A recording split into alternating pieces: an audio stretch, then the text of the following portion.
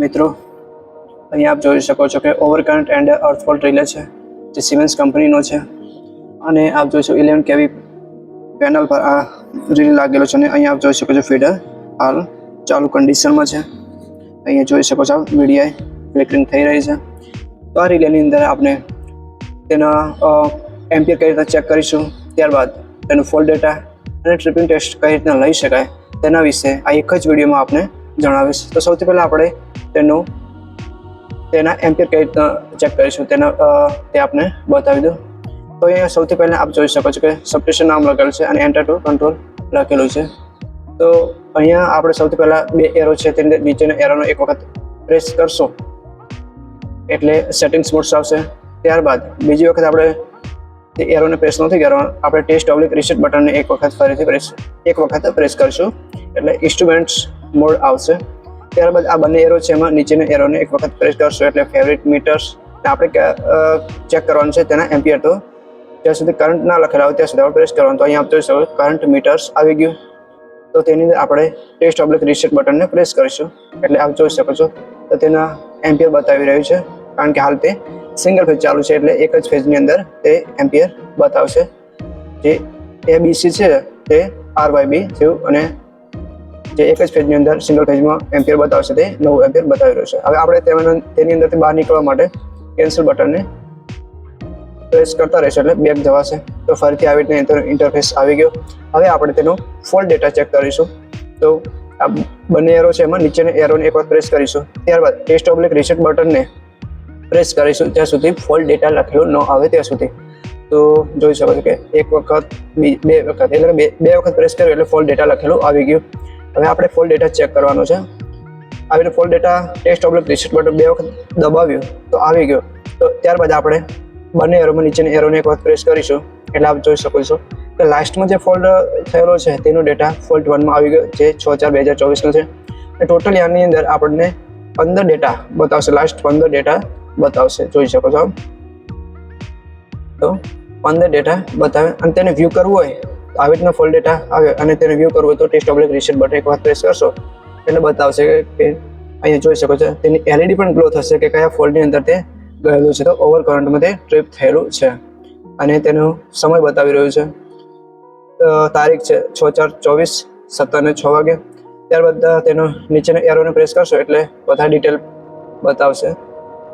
આની અંદર તો માત્ર એક જ બતાવી રહ્યું. ત્યારબાદ આપણે એક વખત બેક કરીશું એટલે બીજા ફોલ્ટ ડેટાને આપણે ધારો કે આપણે 5 નંબરનો ફોલ્ટ ડેટા છે તેને ચેક કરવો છે તો test oblique reset button press કરશો એટલે અહીંયા જોઈ શકો છો 5 પેજની અંદર ટોટલ બતાવશે. એટલે 5 વખત એરોને આપણે પ્રેસ કરશું એ પ્રમાણે તેની અંદર ડેટા બધો આપણને બતાવશે. મિત્રો અહીંયા જોઈ શકો છો કે કયા કયા ફેઝની અંદર તે ગયેલું છે. ઓવરકરન્ટ, અર્થફોલ્ટ, આઈ સેટ અને બી ફેઝની અંદર આઈ સેટ આવેલો છે એટલે ઓવરકરન્ટ અર્થફોલ્ટ થયેલો હશે તો તેની અંદર તે ટ્રિપ થયેલું છે.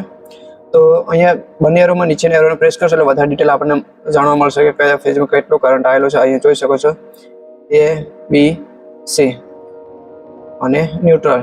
તો આવી રીતના તેનો ડેટા બતાવશે. ત્યારબાદ આની અંદર આપણે બેક જઈશું તો ફોલ્ટ ડેટાને આપણે માહિતી મળી ગઈ કે આવી રીતના ચેક થાય છે. ફરીથી એક વખત જણાવી દઉં, જોઈ શકો છો જેટલા પણ એટલે લાસ્ટ 15 ડેટા આપણને બતાવશે. ફોલ્ટ નંબર 12 છે તેનો ચેક કરવું છે જે 3જા મહિનાની અંદર આવેલો છે. તો આપ જોઈ શકો છો તે અર્થ ફોલ્ટમાં ગયેલું છે ફીડર ટ્રિપ, તો તેનો ડેટા આખો આપણને બતાવી દેશે. તો આવી રીતના આપણે ફોલ્ટ ડેટા ચેક કરીશું. ફોલ્ટ ડેટા આપણને આવી રીતના જોવા મળશે. ત્યારબાદ ફરીથી આપણે કેન્સલ બટન પ્રેસ કરીને જે મેઇન ઇન્ટરફેસ ઉપર રિલેના આવી જઈશું. અને હવે આપણે આ ફીડર આપ જોઈ શકો છો કે હાલ તે ચાલુ કન્ડિશનમાં છે, તેને આપણે ટ્રિપિંગ ટેસ્ટ લેવાનો છે. તો ટ્રિપિંગ ટેસ્ટ કઈ રીતના લેશું તો અહીંયા આપ જોઈ શકો કે આવી રીતના તેનો ઇન્ટરફેસ બતાવી રહ્યો છે. તો બંને એરોમાં આપણે એક વખત નીચેના એરોને પ્રેસ કરીશું એટલે સેટિંગ્સ મોડ આવી ગયું. ત્યારબાદ ફરીથી આપણે પ્રેસ કરીશું એટલે આપ જોઈ શકો સિસ્ટમ કન્ફિગરેશન, ફરીથી આપણે દબાવવાનું છે એરો. આપણે મેન્ટેનન્સ લાવવાનું છે. અહીંયા જોઈ શકો છો આપણે મેન્ટેનન્સ લાવવાનું છે. તો જોઈ શકો છો આપણે મેન્ટેનન્સ આવી ગયું છે. એક્ટિવ વ્યૂ કરીને છે તો તેને આપણે ટેસ્ટ ઓબ્લિક રીસેટ બટન એક વખત પ્રેસ કરીશું. તો આપ જોઈ શકો છો કે મેન્ટેનન્સ સ્ટાર્ટ કાઉન્ટ કરીને આવી ગયું છે. તો ત્યારબાદ આપણે બંને એરોમાં નીચેના એરોને એક વખત પ્રેસ કરીશું. તો અહીંયા લખેલું આવ્યું છે કે આઉટપુટ મેટ્રિક ટેસ્ટ, એટલે કે આપણે ટેસ્ટ તેનો લેવાનો છે. તો આવી રીતે લખેલું આવે ત્યારબાદ આપણે ટેસ્ટ ઓબ્લિક રીસેટ બટનને પ્રેસ કરવાનું છે. તો ટેસ્ટ ઓબ્લિક રિસેટ બટનને આવી રીતે પ્રેસ કરતા તો આવી રીતના આવશે 51 1. ત્યારબાદ જેની અંદર આપણે ટેસ્ટ લેવો તેની અંદર આપણે લઈ શકીએ છીએ. તો આપણે ઓવર કરંટની અંદર લઈશું ટેસ્ટ. તો ત્યારબાદ આવી રીતના લખેલું આવ્યા બાદ ટેસ્ટ ઓબ્લિક રિસેટ બટન દબાવ્યા બાદ તો આપણે અહીંયા એરોનો પ્રેસ કરવાનું છે. તો તેની અંદર આપ જોશો કે 50 1 51 જે એવી રીતના તેના કોડ આપેલા છે કે એમ કે કયા ફેઝની અંદર લેવું છે, કયા ફોલ્ટની અંદર આપણે ટેસ્ટ લેવો તેના વિશે છે. તો આપણે ઓવર કરંટની અંદર લઈશું. તો સૌથી પહેલાં છે ઓવર કરંટની અંદર. તો 51 1 ની અંદર આપણે ટેસ્ટ લેવાનો છે.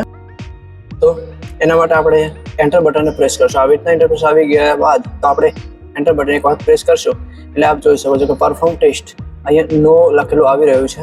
તો આપણે તેને યસમાં કરવાનું છે. તો બંને એરોમાંથી નીચેના એરોને એક વખત પ્રેસ કરશો એટલે યસ આવશે. આપ જોઈ શકો છો કે યસ ફ્લિકરિંગ થઈ રહ્યું છે. ત્યારબાદ આપણે એન્ટર બટનને પ્રેસ કરીશું એટલે કન્ફર્મ ટેસ્ટ માંગશે આપણે જોડે કે ભાઈ કન્ફર્મ કરવા જ માંગો છો ટ્રિપિંગ ટેસ્ટ તેના માટે. તો અહીંયા લખેલું છે કે એન્ટર ટુ કન્ફર્મ. તો અહીંયા આપણે એન્ટર બટન એક વખત પ્રેસ કરીશું એટલે જોઈ શકો છો કે તેની 10 સેકન્ડની અંદર તે બ્રેકર ટ્રિપ થશે અને આપ જોઈ શકો છો કે બ્રેકર હાલ ચાલુ કન્ડિશનમાં છે.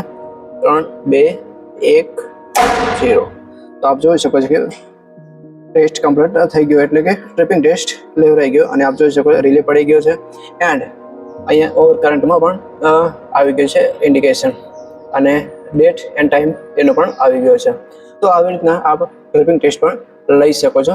હવે તેને કેન્સલ કઈ રીતે કરીશું તો ટેસ્ટ ઓબ્લિક રિસેટ બટનને પ્રેસ કરીશું એટલે ફોલ્ટ 1 લખેલું આવશે. જોઈ શકો છો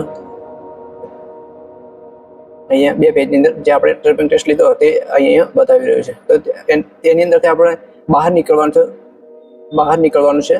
તો તેના માટે આપણે કેન્સલ બટનને પ્રેસ કરીશું એટલે બેક જવાશે અને આવી રીતના આપણે એક વખત આવી રીતના ટેસ્ટ ઓબ્લિક રિસેટ બટન લાસ્ટમાં પ્રેસ કરશો એટલે તેને એલઈડી ગ્લો થતી તે નીકળી જશે અને આવી રીતે નોર્મલ કન્ડિશનમાં આ રિલે આપણો આવી ગયો. તો આપ આવી રીતના તેનો ટ્રિપિંગ ટેસ્ટ પણ લઈ શકો છો.